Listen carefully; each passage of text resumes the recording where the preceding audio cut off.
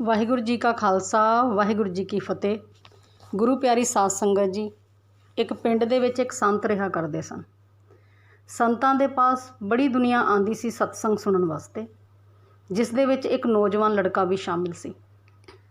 ਇੱਕ ਦਿਨ ਇਸ ਲੜਕੇ ਨੇ ਆਖਿਆ, ਮਹਾਂਪੁਰਸ਼ੋ, ਜੋ ਸਤਸੰਗ ਆਪ ਜੀ ਸੁਣਾਉਂਦੇ ਹੋ ਨਾ, ਉਹ ਮੇਰੇ ਪੱਲੇ ਕੱਖ ਨਹੀਂ ਪੈਂਦਾ। ਫਿਰ ਮੈਂ ਰੋਜ਼ ਇੱਥੇ ਆਉਂਦਾ ਹਾਂ, ਉਹਦਾ ਲਾਭ ਵੀ ਕੀ ਹੈ ਜਦੋਂ ਆਪ ਜੀ ਦਾ ਕੀਤਾ ਹੋਇਆ ਸਤਸੰਗ ਮੈਨੂੰ ਸਮਝ ਹੀ ਨਹੀਂ ਆਉਂਦਾ। ਇਹ ਗੱਲ ਮੇਰੇ ਜ਼ਿਹਨ ਵਿੱਚ ਰੋਜ਼ ਆਉਂਦੀ ਹੈ ਅਤੇ ਮੈਨੂੰ ਆਪ ਜੀ ਦੇ ਪਾਸ ਨਾ ਆਉਣ ਵਾਸਤੇ ਪ੍ਰੇਰਦੀ ਹੈ। ਮਹਾਂਪੁਰਖਾਂ ਨੇ ਆਖਿਆ ਕਿ ਬੇਟਾ ਇੱਕ ਕੰਮ ਕਰ, ਸਾਹਮਣੇ ਉਹ ਟੋਕਰੀ ਪਈ ਹੈ ਕੋਲਿਆਂ ਦੀ ਭਰੀ ਹੋਈ, ਉਹਨਾਂ ਨੂੰ ਖਾਲੀ ਕਰ ਦੇ। ਟੋਕਰੀ 'ਚੋਂ ਕੋਲੇ ਸਾਰੇ ਕੱਢ ਕੇ ਟੋਕਰੀ ਖਾਲੀ ਕਰਕੇ ਦਰਿਆ 'ਤੇ ਲਿਜਾ ਕੇ ਜਲਦੀ ਭਰ ਕੇ ਲਿਆ। ਇਹ ਗੱਲ ਸੁਣ ਕੇ ਉਸ ਲੜਕੇ ਨੇ ਜਿਉਂ ਹੀ ਟੋਕਰੀ ਨੂੰ ਖਾਲੀ ਕੀਤਾ, ਹੈਰਾਨ ਰਹਿ ਗਿਆ। ਉਸਨੇ ਵੇਖਿਆ ਉਹਦੇ ਅੰਦਰ ਤਾਂ ਬੜੇ ਸਾਰੇ ਛੇਦ ਹਨ। ਆਖਣ ਲੱਗਾ, ਮਹਾਂਪੁਰਸ਼ੋ, ਇਹਦੇ ਵਿੱਚ ਤਾਂ ਬੜੇ ਸਾਰੇ ਛੇਦ ਹਨ, ਪਾਣੀ ਕਿਵੇਂ ਠਹਿਰੇਗਾ ਇਹਦੇ ਵਿੱਚ? ਮਹਾਂਪੁਰਸ਼ ਕਹਿੰਦੇ, ਹੁਕਮ ਤਾਂ ਮੰਨ। ਹੁਕਮ ਮੰਨ ਕੇ ਇਹ ਲੜਕਾ ਦਰਿਆ 'ਤੇ ਚਲਾ ਗਿਆ।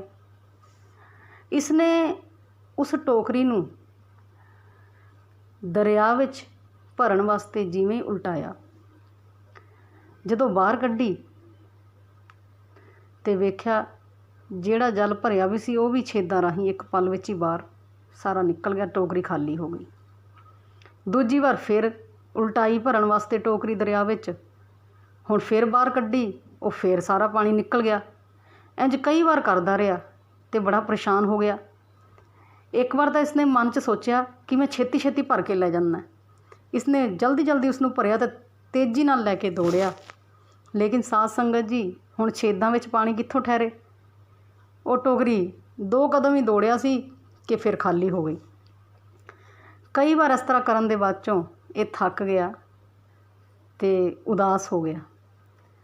ਹੁਣ ਇਸ ਤਰ੍ਹਾਂ ਹੀ ਖਾਲੀ ਟੋਕਰੀ ਲੈ ਕੇ ਮਹਾਂਪੁਰਸ਼ਾਂ ਦੇ ਪਾਸ ਪਹੁੰਚ ਗਿਆ। ਮਹਾਂਪੁਰਸ਼ਾਂ ਨੇ ਵੇਖਿਆ ਟੋਕਰੀ ਖਾਲੀ ਹੈ, ਆਖਣ ਲੱਗੇ ਵੀ ਬੇਟਾ ਜਲ ਨਹੀਂ ਭਰ ਕੇ ਲਿਆਇਆ? ਕਹਿਣ ਲੱਗਾ, ਮਹਾਂਪੁਰਸ਼ੋ, ਮੈਨੂੰ ਮਾफ़ ਕਰ ਦਿਓ, ਮੈਂ ਆਪ ਜੀ ਦਾ ਹੁਕਮ ਨਹੀਂ ਪੂਰਾ ਕਰ ਸਕਿਆ। ਇਸ ਦੇ ਵਿੱਚ ਛੇਦ ਹੀ ਇੰਨੇ ਹਨ ਕਿ ਜਲ ਵਿੱਚ ਪਾਉਂਦਿਆਂ ਹੀ ਬਾਹਰ ਨਿਕਲ ਜਾਂਦਾ ਹੈ। ਮੈਨੂੰ ਤਾਂ ਇਸ ਨੂੰ ਬਾਰ ਭਰਨ ਦਾ ਕੋਈ ਲਾਭ ਵੀ ਨਹੀਂ ਹੋਇਆ। ਮਹਾਂਪੁਰਸ਼ ਮੁਸਕਰਾ ਪਏ, ਕਹਿਣ ਲੱਗੇ, ਬੇਟਾ ਲਾਭ ਤਾਂ ਹੋਇਆ ਹੈ। ਧਿਆਨ ਨਾਲ ਦੇਖ, ਜਿਸ ਸਮੇਂ ਤੂੰ ਇਸ ਟੋਕਰੀ ਨੂੰ ਖਾਲੀ ਕਰਕੇ ਲੈ ਕੇ ਗਿਆ ਸੀ ਨਾ, ਇਹ ਕਿੰਨੀ ਮੈਲੀ ਸੀ, ਕਿੰਨੀ ਕਾਲੀ ਸੀ।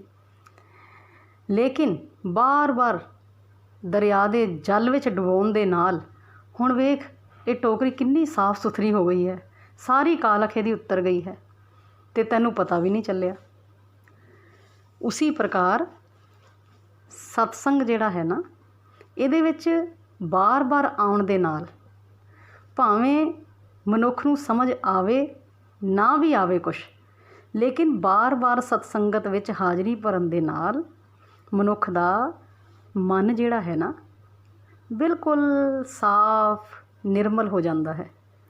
ਵਿਸ਼ੇ ਵਿਕਾਰਾਂ ਦੀ, ਤ੍ਰਿਸ਼ਨਾ ਦੀ ਜਿਹੜੀ ਕਾਲਖ ਸਾਡੇ ਮਨ ਨੂੰ ਚੰਬੜੀ ਹੋਈ ਹੈ ਨਾ, ਜਿਹੜੀ ਸਾਨੂੰ ਪਰਮਾਤਮਾ ਨੂੰ ਮਿਲਣ ਵਿੱਚ ਵਾਧਾ ਪਾਉਂਦੀ ਹੈ, ਉਹ ਸਾਰੀ ਮੈਲ ਜਿਹੜੀ ਹੈ ਉਹ ਲੈ ਜਾਂਦੀ ਹੈ।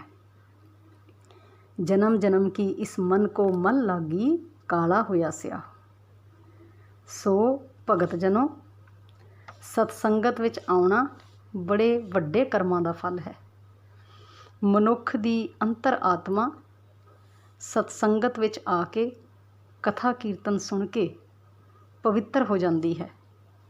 ਮਨੁੱਖ ਦਾ ਮਨ ਰੂਪੀ ਭਾਂਡਾ ਜੋ ਹੈ ਨਾ, ਉਹ ਬਿਲਕੁਲ ਸਾਫ਼ ਨਿਰਮਲ ਹੋ ਜਾਂਦਾ ਹੈ ਅਤੇ ਸਾਫ਼ ਭਾਂਡੇ ਦੇ ਵਿੱਚ ਹੀ ਪਰਮੇਸ਼ਵਰ ਦਾ ਵਾਸਾ ਹੁੰਦਾ ਹੈ। ਭਾਂਡਾ ਹੱਛਾ ਸੋਏ ਜੋ ਤਿਸ ਭਾਵਸੀ। ਵਾਹਿਗੁਰੂ ਜੀ ਕਾ ਖਾਲਸਾ, ਵਾਹਿਗੁਰੂ ਜੀ ਕੀ ਫਤਿਹ।